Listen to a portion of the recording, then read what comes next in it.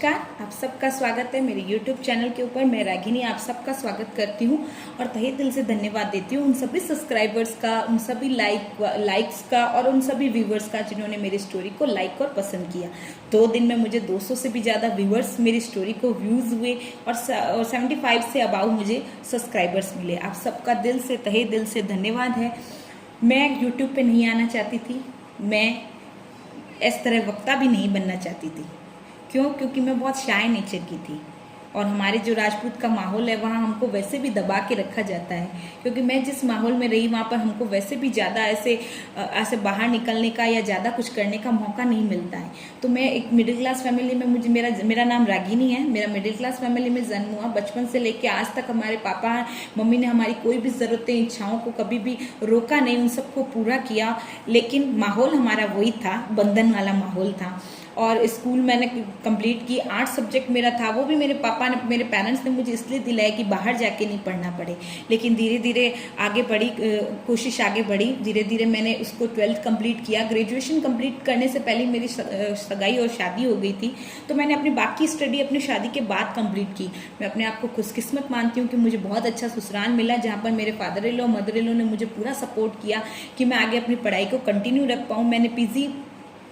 मैंने पीजी को सेलेक्ट किया। पीजी मेरे लिए सब्जेक्ट, पीजी मैं कर रही थी हिस्ट्री के अंदर, लेकिन मेरे बड़े भाई ने मुझे सजेस्ट किया अगर तुझे आगे बढ़ना है, कुछ अपने आप कुछ करना है, तो तुझे कंप्यूटर सब्जेक्ट लेना चाहिए। क्योंकि आज का जमाना आने वाला पूरा डिजिटलाइजेशन होने वाला है और वाकई में अपन देख रहे हैं सब कुछ डिजिटलाइजेशन हो चुका है। तो मुझे उस फील्ड को सेलेक्ट करने में उसने मेरी मदद की और उसने एक कोर्स सेलेक्ट किया, MCM। मैंने उस कोर्स को पढ़ाई की, फर्स्ट ईयर कंप्लीट किया।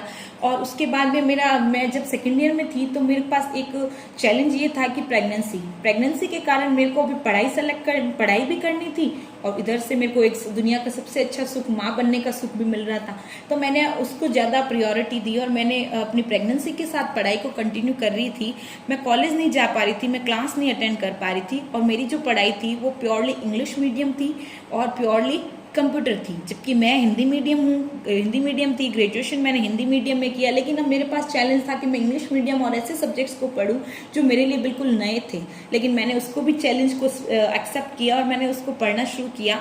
और मैं सिर्फ इसलिए पढ़ रही थी, इसी बीच मेरी बेटी का जन्म भी हो गया और मेरी बेटी बहुत छोटी थी और मैंने पढ़ाई को अपनी कंटिन्यू किया। इसी बीच में मेरे से सब्जेक्ट्स थे उनको मैंने घर पे स्टडी करना, सेल्फ स्टडी कर अपनी मेहनत और लगन से करने की कोशिश की। और मैं सिर्फ सही बताऊं, मैं सिर्फ इसलिए पढ़ रही थी ताकि मैं पास हो जाऊं। क्योंकि मेरे ससुर जी ने अपनी मेहनत की कमाई लगा के मुझे वो पढ़ाई करवा रहे थे, उन्होंने मुझे स्कूटी भी दिलाई थी। तो मैं इसलिए पढ़ाई कर रही थी कि उनके पैसे वेस्ट ना हो, बस मैं सिर्फ इतना ही चाहती थी कि उनके पैसे वेस्ट ना हो और मैं पास हो जाऊं बस। और मैं इसी के लिए मैं रात दिन बुक्स ले लेके, मोटी मोटी बुक्स ले लेके पढ़ती थी ताकि मैं पास हो जाऊं।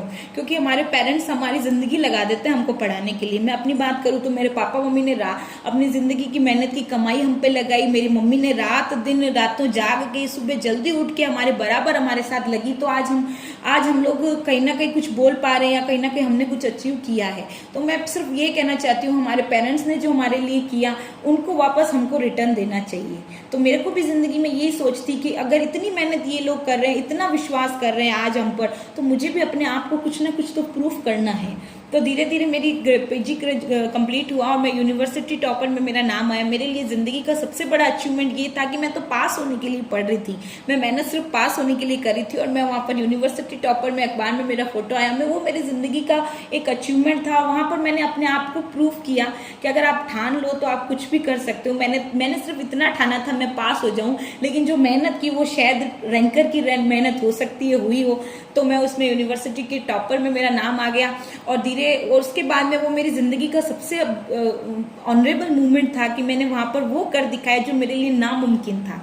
क्योंकि इंग्लिश और कंप्यूटर और मैनेजमेंट ये तीनों मेरे लिए नए थे, लेकिन मैंने वहां पर अपने आप को प्रूफ किया और मुझे अपने आप पर विश्वास हो गया कि मैं कुछ भी कर सकती हूँ। वो मेरे को तब ये भावना मेरे अंदर आई कि अगर मैं ये कर सकती हूँ तो मैं कुछ भी कर सकती हूँ। उसके बाद में मेरे फादर इन लॉ ने मुझे स्कूटी दिलाई थी, क्योंकि मुझे स्कूटी छोड़ मुझे साइकिल चलानी भी नहीं आती थी। मैंने कभी साइकिल का हैंडल भी हाथ में नहीं लिया था, लेकिन मैंने बहुत गिरते पड़ते अखड़ते कैसे भी करके वो स्कूटी सीख ली। वो मेरी जिंदगी का का सेकंड अचीवमेंट था, क्योंकि मैं बचपन से जिस माहौल में रहे, हम लोगों को बाहर जाने की, आने की या कुछ बाहर का माहौल नहीं मिला हुआ था, लेकिन मुझे ससुराल में मैं अपने आप को भाग्यशाली मानती हूँ कि मुझे ज़बरदस्त माहौल मिला और मैं वहाँ पर मैंने अपनी स्कूटी सीखी और मैं आज की डेट में वो मेरे लिए सेकंड अचीवमेंट था। क्योंकि जिनको मौके नहीं मिलते ना तो वो अफसोस करते रहते हैं, लेकिन मेरे को एक मौका मिला, मैंने उस मौके को अपनाया और आज मैं सेल्फ डिपेंड हूँ। और धीरे धीरे मैंने जॉब किया। जॉब करने के बाद भी मैं जॉब को कंटिन्यू नहीं रख पाई because of second pregnancy. Second pregnancy भी ज़रूरी थी, क्योंकि सेकंड प्रेगनेंसी भी ज़रूरी थी और एक तरफ मेरा करियर था, लेकिन मैंने करियर को वहीं वाइंड अप किया। क्यों? क्योंकि हम लेडीज़ हैं, हमारे लिए हमारा घर परिवार, हमारे बच्चे पहले हैं, उसके बाद हमारी करियर, हमारी इच्छाएं, हमारे सपने हैं। मेरे लिए भी यही था, लेकिन मन में एक भावना थी कि कुछ करना है जिंदगी में, कुछ बढ़ना है आगे जिंदगी में, लेकिन वो सारी चीजें दब गई थी क्योंकि मैं अपने घर में, परिवार में इतनी ज्यादा बिजी हो गई थी कि मैंने वहां ध्यान नहीं दिया।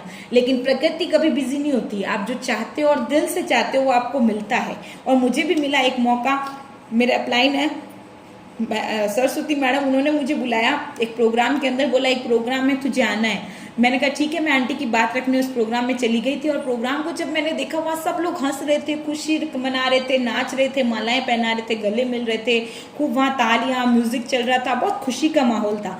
तो मैंने कहा ये क्या हो रहा है, ऐसा माहौल तो मैंने जिंदगी में कभी देखा ही नहीं। क्योंकि खुशी का माहौल हमारे समाज में कब होता है, या तो शादी होती है जब होता है, या कोई तीज त्योहार होता है जब हम खुशियां मनाते हैं। लेकिन वहां पे मैंने देखा लोग खुशी से नाच रहे हैं, गा रहे हैं, मजे कर रहे हैं। तो मुझे, और शादी और त्योहार में भी कुछ ना कुछ अपने, अपन जिस माहौल में रहते हैं वहाँ चूँ चपड़ होती रहती है। तो वहाँ भी माहौल कुछ ऐसे अपवाद लोग होते हैं जो माहौल को बिगाड़ देते हैं। लेकिन हमारे यहाँ पर वो, वहाँ पर मुझे लगभग, मैं 1 घंटे उस मीटिंग को, शायद 1.5 घंटे उस मीटिंग को मैंने अटेंड किया। वहाँ पर मुझे इतनी खुशी और इतना माहौल देखने को मिला, और एक व्यक्तित्व को, मैं उनको व्यक्ति नहीं बोलती, एक व्यक्तित्व को सुनने का मौका मिला जिनको बोलते हैं हर्षवर्धन जी। जैन दिल से मैं उनको नमन करती हूँ, क्योंकि दिल से उनकी बहुत ज्यादा रिस्पेक्ट है, क्योंकि यही वो व्यक्ति थे जो ईश्वर की वाणी के रूप में मुझे मेरे कानों में पड़े। जैसे मैंने बताया था, ईश्वर खुद नहीं आते हैं, किसी ना किसी को माध्यम बनाते हैं। तो वो माध्यम बने मेरे को जिंदगी में आगे बढ़ाने की। उनके शब्द मुझे कहीं ना कहीं ईश्वर की वाणी लगे, और मुझे ऐसा लगा कि जिंदगी में अगर ये आदमी 100 बार झूठ बोल रहे हैं और एक बात भी सच हुई, तो मेरी लाइफ पूरी की पूरी बदल सकती है। और मेरे जो सपने थे, मेरे जो इच्छाएं थी, मेरे जो ड्रीम थे, वो मैं यहाँ पूरे कर सकती हूँ। तो मैंने वहां पर उस प्रोग्राम को देखने के बाद एक डिसीजन लिया, और ये बिजनेस को मैं करूंगी, ये मैंने डिसीजन लिया। लेकिन इस डिसीजन में मेरे साथ मेरे परिवार के कोई भी लोग शामिल नहीं थे। इवन मेरे हस्बैंड ने मुझे साफ बोल दिया, ऐसे बिजनेस चलते नहीं है और ये बिजनेस मैं बिल्कुल भी नहीं करने वाला हूँ। तो मैंने सिर्फ उनको बोला, आप मत करो, मुझे करने दो, मैं करके देखूंगी, क्योंकि इसमें खोने के लिए कुछ नहीं है और पाने के लिए बहुत कुछ है। क्योंकि वो प्रोग्राम मैंने देखा था, उन्होंने नहीं देखा, तो मुझे पता है कि ये बिजनेस हो सकता है, मुझे बहुत कुछ दे सकता है। तो मैंने उसको, उन्होंने मुझे बोला, मैं ये बिजनेस नहीं करूंगा, लेकिन मैं तुझे नहीं रोकूंगा, तुझे अगर करना है तो तू कर सकती है। तो बस मुझे तो इतना ही चाहिए था, क्योंकि मौका एक ही बार, इतना से तो मौका मिलता है, खींचना तो हमको पड़ता है। तो मैंने उसको मौके को पकड़ा और मैंने दिन रात मेहनत की। बहुत जल्दी लेवल, हर वीक मेरे लेवल चेंज होते गए और बहुत अपलाइन, मेरे 5 अपलाइन है, सबका मुझे जबरदस्त सपोर्ट मिला, मुझे आगे धीरे धीरे बढ़ाने वो सब लोग मदद कर रहे थे। बहुत जल्दी मैं स्टेज पर अपना प्लान प्रेजेंटेशन, जो प्लान होता है हमारा लगभग 25 मिनट्स का जो प्लान होता है, वो मैंने प्रेजेंट किया सिर्फ मेरे अपलाइन के धक्का देने पर। और आज मैं यूट्यूब, जो मैं आपके सामने आई हूँ यूट्यूब चैनल के ऊपर, ये भी मैं अपनी इच्छा से नहीं आई हूँ, ये भी मुझे मेरे अपलाइन ने धक्का दिया है कि तुझे ये करना चाहिए, तो मैं इसको लेकर आई हूँ। क्योंकि मैं अपने हर डिस्ट्रीब्यूटर तक, हर महिला, उस महिला तक मैं नहीं पहुंच पा रही हूँ जो जिंदगी में आगे बढ़ना चाहते हैं, वो जिंदगी में कुछ करना चाहते हैं। हालांकि मैं पूरी कोशिश करती हूँ कि मैं अपने हर डिस्ट्रीब्यूटर तक अपने शब्दों से, अपनी एनर्जी से, मेरी जो डिजायर है उनको, मेरा डिजायर, मेरी जो खुद की एनर्जी है, मेरी जो खुद की पॉजिटिविटी है, मैं उन तक पहुंचा सकूं, ताकि वो जिंदगी में आगे बढ़ने का एक मौका पकड़ सके। क्योंकि जिंदगी में कोई बाहर के माहौल में ये नहीं बताता कि तुमको जिंदगी में आगे कौन बढ़ा सकता है। तो मैं, ये सिर्फ मेरा यूट्यूब पे आने का मेरा मेन रीजन यही था कि मैं अपने जो मेरे बहुत सारी ऐसी लेडीज है जिनको जिंदगी में कुछ करना है, लेकिन उनको परिवार, समाज और क्या बोलते हैं, रीति रिवाज, ये सब ध्यान रखने पड़ते हैं। क्यों? क्योंकि एक लेडीज ही होती है जो मकान को घर बनाती है और बच्चों को अच्छे संस्कार देती है। तो बहुत सारे लेडीज इन्हीं वजहों से क्या होती है, अपनी जो प्रतिभाएं होती है, अपनी जो क्षमताएं, उनको दबा देती है और आगे आगे नहीं बढ़ पाती है। तो मैं ये मेरा यूट्यूब पे मेरे आने का मेन रीजन ये है कि मेरे अपने हर डिस्ट्रीब्यूटर, मेरी टीम में 75% से भी ज्यादा लेडीज है, और उनके साथ जो आ रही है वो भी मुझे खुशी हो रही है कि लेडीज है और हम एक माध्यम बन पा रहे हैं लेडीज को आगे बढ़ाने का। ये मेरे लिए सबसे बड़ी खुशी की बात है, क्योंकि आज जब इस समाज में रहते हैं वो पुरुष प्रधान समाज है, जहां पर आज भी पुरुषों का माहौल है। अब मैंने गूगल पे सर्च कर देखा, motivation speaker, lady motivation speaker in India बहुत कम और बहुत नीचे की लिस्ट में नाम आता है। हर फील्ड में देखो आप, जहां पर भी देखेंगे तो हर जगह पूरे समाज में पुरुष प्रधान देश है, तो सब जगह पुरुषों का बोलबाला है। तो मैं सिर्फ इतना एक माध्यम बनना चाहती हूँ कि हर स्त्री में, हर नारी में शक्ति है। आप अपने घर को, परिवार को बिना डिस्टर्ब किए हुए आप यहाँ से बहुत कुछ अचीवमेंट ले सकते हो। मेरे अचीवमेंट की बात करें तो मैंने यहाँ से 4 व्हीलर ली, 2 व्हीलर ली, मोबाइल लिया, लैपटॉप लिया, लाखों रुपए की इनकम ली, फॉरेन टूर्स अचीव किए। इसके अलावा आज जो मेरी गाड़ी है, जो मैंने 4 व्हीलर ली, मुझे ज्यादा गाड़ी घोड़ों का शौक नहीं है, मुझे बस मेरे घर का शौक है। जो मेरा आज खुद का मेरा घर है, मैं वहां रह रही हूँ, तो मेरे बस यही एक ड्रीम था जो यहाँ से फुलफिल हुआ।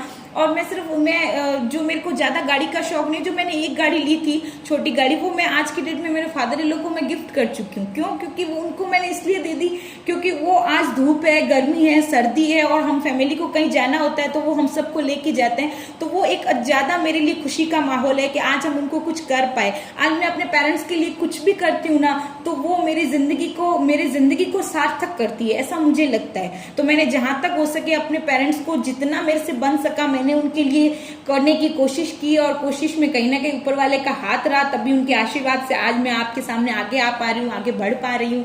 तो मैं आपसे यही कहना चाहती हूँ कि अचीवमेंट की बात करें तो बहुत सारे अचीवमेंट है। इसके अलावा मेरी टीम में जैसे 75% लेडीज है, जिसमें जेटीसी है, डीटीसी है, एटीसी है, टीसी है, बहुत सारे और फॉरेन टूर्स अचीवर है। ऐसी लेडीज है जिन्होंने कभी घर के बाहर का माहौल नहीं देखा, आज प्लेन में वो यात्रा करके आई है, और मुझे मेरे को बोलना नहीं चाहिए लेकिन मुझे वो दिल से इतना प्यार और धन्यवाद देती है। शायद मैं किसी और के लिए कुछ करती तो वो वहां से नहीं मिलता। ये मेरी ताकत नहीं है, ये माई लाइफ स्टाइल के प्लेटफॉर्म की ताकत है कि हम लोगों को उनको वो दे पा रहे हैं जिनको उन्होंने जिंदगी में कभी उम्मीद भी नहीं थी। मुझे भी उम्मीद नहीं थी कि मैं जिंदगी में इतना कर पाऊंगी या कुछ लोगों का माध्यम बन पाऊंगी उनको जिंदगी में आगे बढ़ाने का। तो मेरा वीडियो बनाने का सिर्फ यही मकसद है, मैं इस यूट्यूब पे आने का सिर्फ यही मकसद है कि बहुत सारी ऐसी प्रतिभाएं हैं, बहुत सारी ऐसी नारी शक्ति है जिनके अंदर बहुत सारी प्रतिभाएं हैं, जो कि अपने परिवार समाज को पालन करते करते खुद कहीं ना कहीं उनकी इच्छाओं को दबा के रखी है। मैं आप सबसे यही रिक्वेस्ट करना चाहूंगी, माई लाइफ स्टाइल का प्लेटफॉर्म सिलेक्ट कीजिए। यहाँ पर आप परिवार मैं आज के डेट में मेरे परिवार, बच्चों, समाज, रीति रिवाज सबको मैनेज करते हुए इस बिजनेस को कर रही हूँ। और इसके अलावा माई लाइफ स्टाइल का एक अलग फैमिली का माहौल मुझे यहाँ मिल रहा है, और प्लस जो भी लेडीज हमारे साथ आती है और जिसमें थोड़ी सी भी चिंगारी हमको दिखती है जिंदगी में आगे बढ़ाने की, तो मैं उनकी मदद का एक माध्यम बनती हूँ। ये मेरी माध्यम बनना मेरे हाथ में नहीं है, उस ऊपर वाले के हाथ में है, क्योंकि ये माई लाइफ स्टाइल का प्लेटफॉर्म है। प्रवीण चंदन सर को दिल से धन्यवाद देना चाहूंगी कि एक ऐसा प्लेटफॉर्म बनाया जो लेडीज को उनको आगे बढ़ाने में मदद कर पा रहा है। तो मैं आप सबसे ये रिक्वेस्ट करूंगी कि आप सब लोग भी माई लाइफ स्टाइल का प्लान देखने मेरे नेक्स्ट वीडियो में जरूर आइएगा।